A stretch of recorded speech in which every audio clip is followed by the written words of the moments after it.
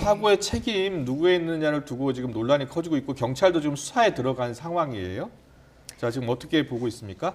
네, 맞습니다. 이번 사고가 말씀하셨다시피 단순 자연재해가 아니라 어쩌면 인재에 가깝다 이런 비판이 갈수록 커지고 있는데요. 네. 아까 이제 연결하면서도 말씀하셨다시피 가장 큰 이유는 이 지자체 바로 옆에 있는 미호강의 수위와 관련한 알림이 3번이나 전달이 됐었지만 지하차도 진입을 사전에 맞는 통제 조치가 이루어지지 않았기 때문입니다. 저 그래픽이 준비되어 있는데요. 먼저 3차례 간 걸 순서대로 짚어보면 첫 번째는 사고 전날 오후에 홍수주의보 발령을 하면서 금강 홍수통제소에서 관련 지자체 도청과 구청으로 알고 있거든요. 여기에 발령을 하면서 동시에 발령문을 전달을 했습니다. 곧 수위가 7m까지는 갈 거다라는 전달이 됐었고요. 사실 더 주목할 건 그 다음 날 사고가 일어난 날에 전달된 발령문인데 사고 발생 4시간 반 전쯤입니다. 홍수주의보를 홍수경보로 상향 발령하면서 마찬가지로 발령문이 전달이 됐는데요. 새벽 5시쯤이면 수위가 8m에 달할 거다 이런 안내가 됐었고요.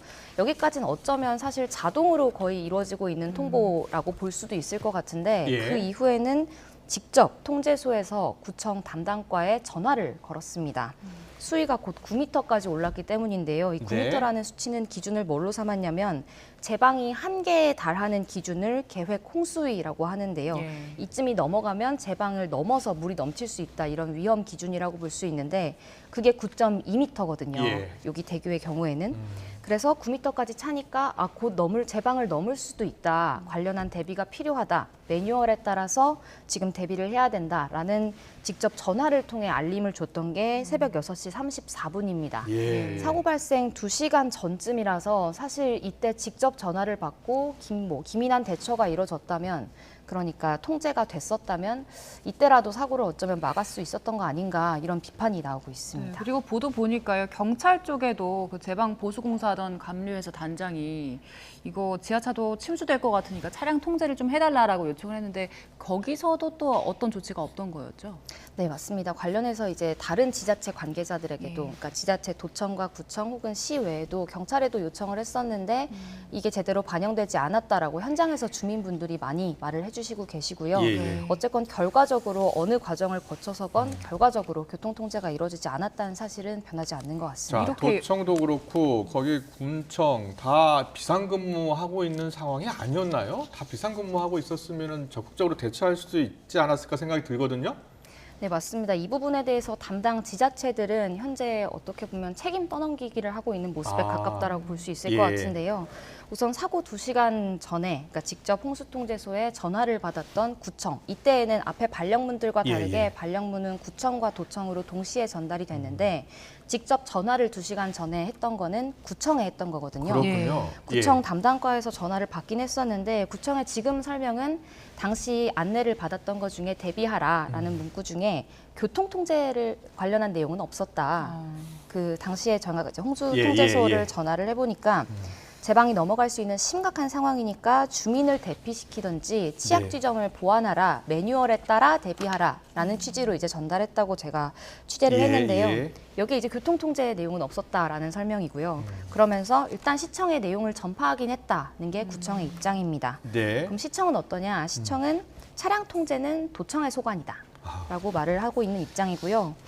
도청은 일단 구청과 마찬가지로 교통통제 내용은 전달받은 내용에 없었고 또 자체적으로 이제 도청이 교통통제를 담당하는 지자체이기 때문에 자체적으로 모니터링을 하고 있긴 했지만 매뉴얼에 따라서 차량을 통제할 조건은 통상적인 조건은 아니었다라고 말을 하고 있습니다. 결국에는 누구도 우리가 부족했다라든지 조금 더 기민한 대처가 필요했다라고는 직접적으로 말하고 있지는 않은 상황입니다. 서로 책임을 떠넘기고 있는 모습인데 이게 매뉴얼상 도로를 통제할 상황이 아니었다라고 얘기를 했는데 사실 이렇게 화면만 봐도 당장 매뉴얼과 상관없이 차단을 해야 되는 거 아닙니까?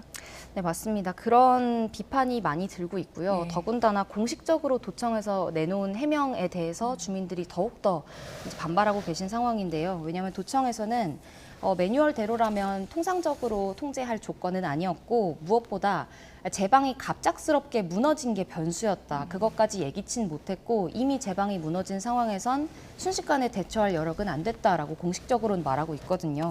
관련해서 녹취 한번 먼저 듣고 오시죠. 50cm 되기 전까지 50cm가 되면 보통 승용차 바퀴가 뭐 반 이상 잠기는 그런 깊이이기 때문에 그 운행이 위험하다고 이렇게 판단해서 저희 통제를 하게 되는데 그 사고 임박하기 전까지도 그런 징후가 없었고 또 더군다나 그 지금까지 설명드렸듯이 제방이 유실이 되면서 그 유입된 하천수에서 지금 박스가 침수가 된 거기 때문에 들으셨다시피 제방이 유실되면서 대처가 불가했던 거다라는 게 주된 취지인데요. 주민들은 이 제방 관리조차 사실 예기치 못했던 변수는 아니라고 울분을 거의 토하고 계십니다. 평소에 관리 부실이 사고로 이어졌다는 건데요. 문제가 됐던 제방은 행복도시건설청이 교량건설에 필요한 교각을 세우려고 기존 제방을 부수고 세웠던 임시 제방입니다. 임시 제방이네요. 정확하게 표현하면. 맞습니다. 관련해서 저희한테도 제보가 상당히 많이 들어왔었는데요. 관련해서 기존 제방보다 1m가량이 낮았던 것으로 알려져 있고요. 그렇군요. 비가 쏟아지면서 긴급하게 이제 공사하는 쪽에서 긴급 보강 작업을 벌이긴 했지만 주민들 말에 따르면 모래성을 쌓는 수준이었다. 사실 모래를 그대로 모래 주머니라던가 뭐 돌을 크게 박아두는 거 외에 모래를 그냥 쌓아두는 거로는 제방의 역할을 과연 잘할 수 있을까 의문이 들긴 하잖아요. 이런 식으로 사전에 관리가 부실했던 게 사실 이번 사고로 이어졌던 거고 따라서 예기치 못한 변수에 따른 뭐 사고였다라고만 말할 수는 없다는 게 주민들의 입장입니다.